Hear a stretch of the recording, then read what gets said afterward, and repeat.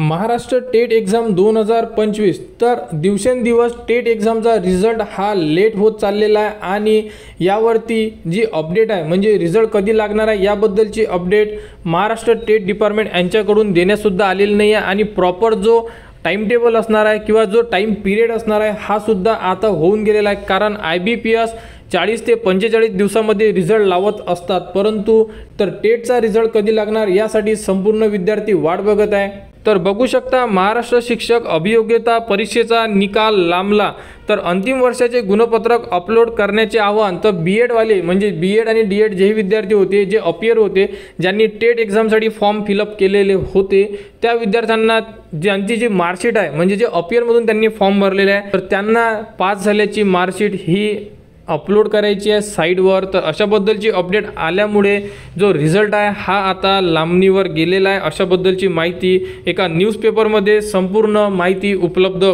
करून दिलेली आहे। याचप्रमाणे पुण्यनगरी या पेपरमध्ये सुद्धा एक माहिती आलेली आहे की टेट परीक्षेचा निकाल रखडला। तर राज्य परीक्षा परिषदेच्या वतीने घेण्यात येणाऱ्या शिक्षक अभियोग्यता आणि बुद्धिमत्ता चाचणी 2025 परीक्षा म्हणजे टेटचा निकाल उमेदवारांकडून वेळेत गुणपत्रक सादर न केल्याने रखडलेला आहे।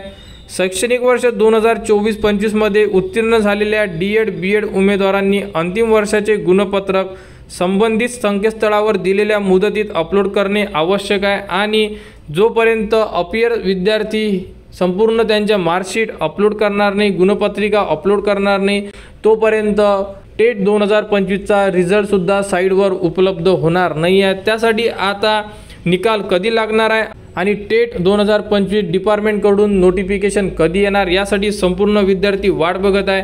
तरी आता रिझल्ट थोडा लेट लागणार आहे। आपण जे म्हटलेलं होतं की रिझल्ट आपला जुलै महिन्याच्या सेकंड आठवड्यापर्यंत जाहीर केला जाणार, परंतु आता तो रिझल्ट जाहीर केला जाणार नाही आहे। तरी संपूर्ण विद्यार्थ्यांनी वाट बघा आणि निकालाबद्दल जी अपडेट येईल ती तुम्हाला आपल्या चॅनलवर देण्यात येणार। त्यासाठी आपल्या चॅनलच्या कनेक्टमध्ये राहा, चॅनलला सबस्क्राईब करा व हा व्हिडिओ इतरांपर्यंत शेअर करा।